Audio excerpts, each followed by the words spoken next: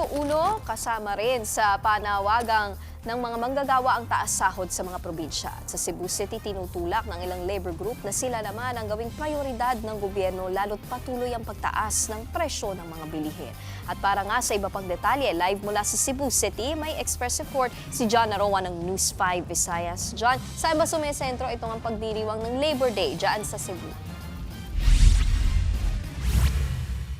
Ang sahod. Yan din ang panawagan ng mga kasapi ng iba't ibang grupo ng mga manggagawa dito sa Cebu. Sinisigaw nilang sila naman ang gawing prioridad ng gobyerno kasabay ng mga nararanasang paghihirap sa trabaho.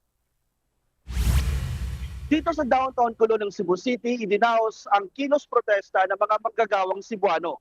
Bitbit ang kanilang mga placard at tarpaulin naglalaman ng kanilang panawagan.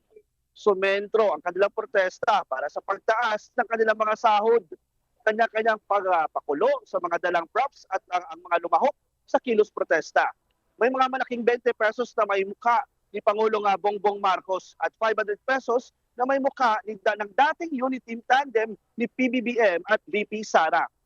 Gate na mga nagkilos protesta mula sa labor sector, napapako pa rin ang taas sahod ng mga manggagawa sa gitna ng patuloy na pagtaas ng presyo ng mga bilihin at ang krisis sa langis. Karapatan din daw ng mga Pilipino ang disenteng sahod.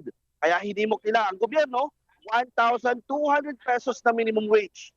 Pagpapatupad din daw dapat ng price freeze sa mga bilihin. Sabi pa nga ng ilan, Nikki, piso ang grado nilang ibibigay sa Administrasyong Marcos dahil hindi na raw tinutugunan nito ang suliranin sa mga manggagawa. Pakinggan natin ang pahayag ng isa sa mga leader o labor leader dito sa isinagawang kilos protesta. I-priority naman kami ng mga ating government official. Parati na lang kami naghihirap. Masipag naman yung mga kasama nating mga manggagawa. Nag-overtime kami sa 4 na oras everyday. So, hindi nyo kaming pwedeng tawaging tamad dahil 12, 14 oras kaming nagtatrabaho. Pero ito pa rin yung situation namin. Nikki, magtatagal ang programa rito hanggang alas 11 ng umaga. Samantala, nagsasagawa naman ngayon ng job fair ang Department of Labor and Employment dito sa Cebu bilang bahagi ng pagdiriwang ng Labor Day. Nikki. Yan ang express report ni John Aroa ng News 5 Visayas. Mga kapatid, Nikki de Guzman po. Para sa pasada ng mga rumaratsyadang balita, mag-follow at mag-subscribe na sa social media pages ng News 5.